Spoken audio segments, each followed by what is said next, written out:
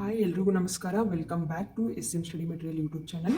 Students, ಇವತ್ತಿನ ಈ ಒಂದು ವಿಡಿಯೋದಲ್ಲಿ ನಾನು ಸೆಕೆಂಡ್ PUC ವಿದ್ಯಾರ್ಥಿಗಳ ಸೆಕೆಂಡ್ ಎಕ್ಸಾಮ್ದಲ್ಲಿ ಬೀಳುವಂತಹ ಬಯೋಲಜಿ ಸಬ್ಜೆಕ್ಟ್ದಲ್ಲಿ ಬೀಳಬಹುದಾದಂತಹ ಮೋಸ್ಟ್ ಇಂಪಾರ್ಟೆಂಟ್ ಕ್ವಶನ್ಸ್ ವಿತ್ ಆನ್ಸರ್ಸ್ನ ನಾನು ಇವತ್ತಿನ ಈ ಒಂದು ವಿಡಿಯೋದಲ್ಲಿ ಸಾಲ್ವ್ ಮಾಡ್ತಾ ಇದ್ದೀನಿ. ಸೊ ಯಾಕೆ ಇಂಪಾರ್ಟೆಂಟ್ ಕ್ವಶನ್ಸ್ನ ನಾನು ಆಲ್ರೆಡಿ ನನ್ನ ಚಾನಲಲ್ಲಿ ಅಪ್ಲೋಡ್ ಮಾಡಿದ್ದೀನಿ, ಬಟ್ ಅದು ಕ್ವಶನ್ಸ್ ಅಷ್ಟೇ ಇದೆ.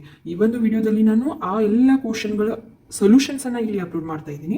ಸೊ ನೋಡ್ಬೋದು ನೀವು ಎಲ್ಲ ಒಂದು 5 ಮಾರ್ಕ್ಸ್ ಕ್ವಶನ್ ಆನ್ಸರ್ಸನ್ನು ನಾನು ಇಲ್ಲಿ ಡಿಸ್ಕಷನ್ ಮಾಡ್ತಾ ಇದ್ದೀನಿ.